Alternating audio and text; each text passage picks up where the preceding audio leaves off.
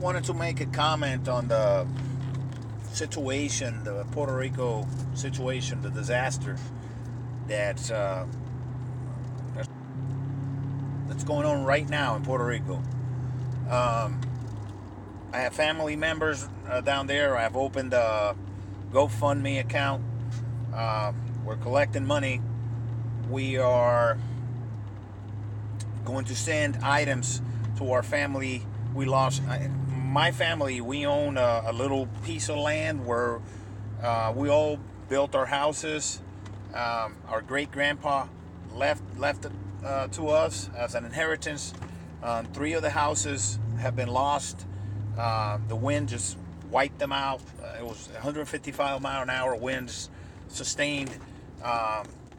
It took communications down. The towers for the cell phone communications are destroyed. Many of them.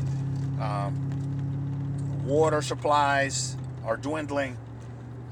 One of the main water dams that supplied water to northwest, northeast, actually northwest area is called Oaxaca. That's an Arahuactaino name for the region. It's collapsing. About 70,000 people are being evacuated from the area. The situation of over 3.5 million American citizens, U.S. citizens, is dire. Many people are this was not expected to be so hard. It just took that turn, and in the last 24 hours, it decided to just split the island in half. Category 5 hurricane. The infrastructure for electrical systems is down. People are standing in lines. My cousin's husband just communicated to us that he had to be on the gas station line for 15 hours just to get gasoline, and he could only buy $10 worth of it. That's not much. The roads, a lot of them have collapsed. The debris from trees and destroyed houses is all over the roads. Mudslides have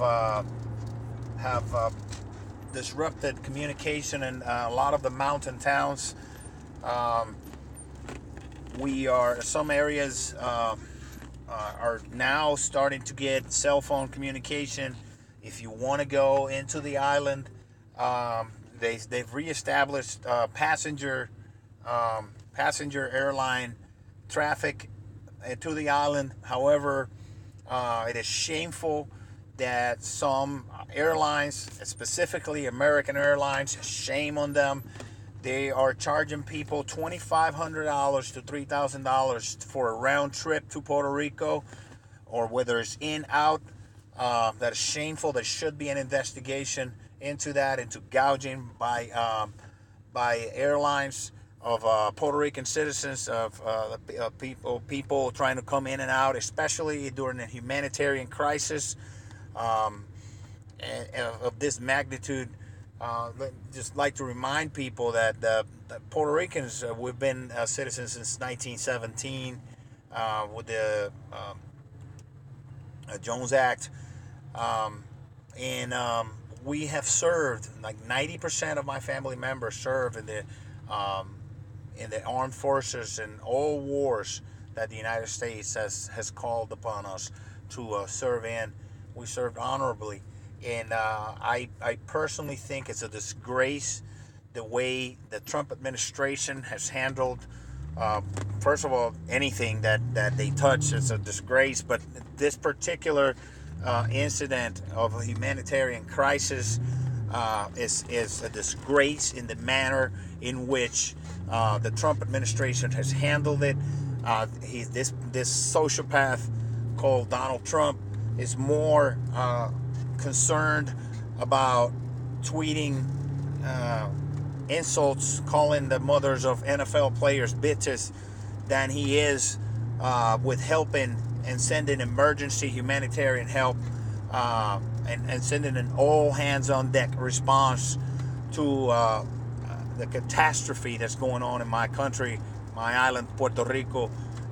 Right now, he's more concerned about tweeting insults to black people and calling racist, uh, murderers, Nazi and KKK members, calling them fine people, and instead of helping the Puerto Rican people. I urge people to put pressure on this administration to help the Puerto Rican people. The United States armed forces is full of Puerto Rican warriors, the best of the best. You ask anybody who has served along a Puerto Rican person in a battle, that been in battles on the battlefield with a Puerto Rican person, you ask them. I'm getting goosebumps right now because I know the type of warriors that we are. You ask them who would you rather go to war with, and they will tell you, inevitably, always going to tell you, put a Puerto Rican man next to me, all day long, all day long. We're the best fighters on the ground, always. So, the situation in Puerto Rico right now needs the help of the mainland citizens, and I'm urging everybody that if you see Puerto Rican flag out there with an event that's collecting, things, water, whatever it is, stop by, donate, help us out, help our people out. We've been there for this nation for over 100 years, and the least we could do is help the Puerto Rican people.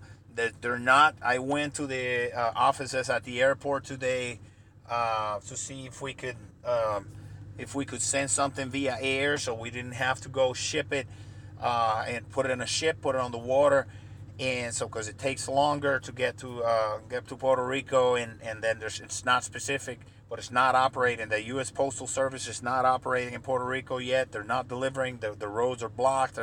There's still too much uncertainty how many roads are blocked. DHL is not delivering yet. Whoever the air cargo people are not delivering yet. Everything is all the airports are being used by mostly military personnel and assessment, but we need the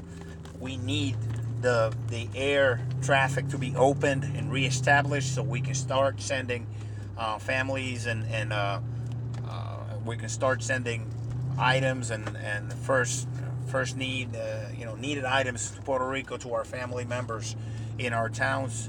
So and we do appreciate a lot of people have helped us. A lot of people have helped us in our family. And a lot of people have helped us. So I'm really, really, really grateful for all those that have helped us. But the need is dire. It's not. Puerto Rico is not stable right now.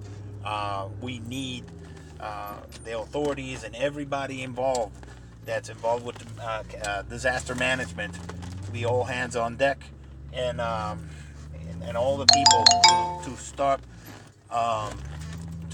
All these politicians up in Washington to stop their bickering and get busy helping United States citizens that are in a disaster area, that are in dire need of the help that every U.S. citizen is entitled in a disaster like this. Thank you very much for your help.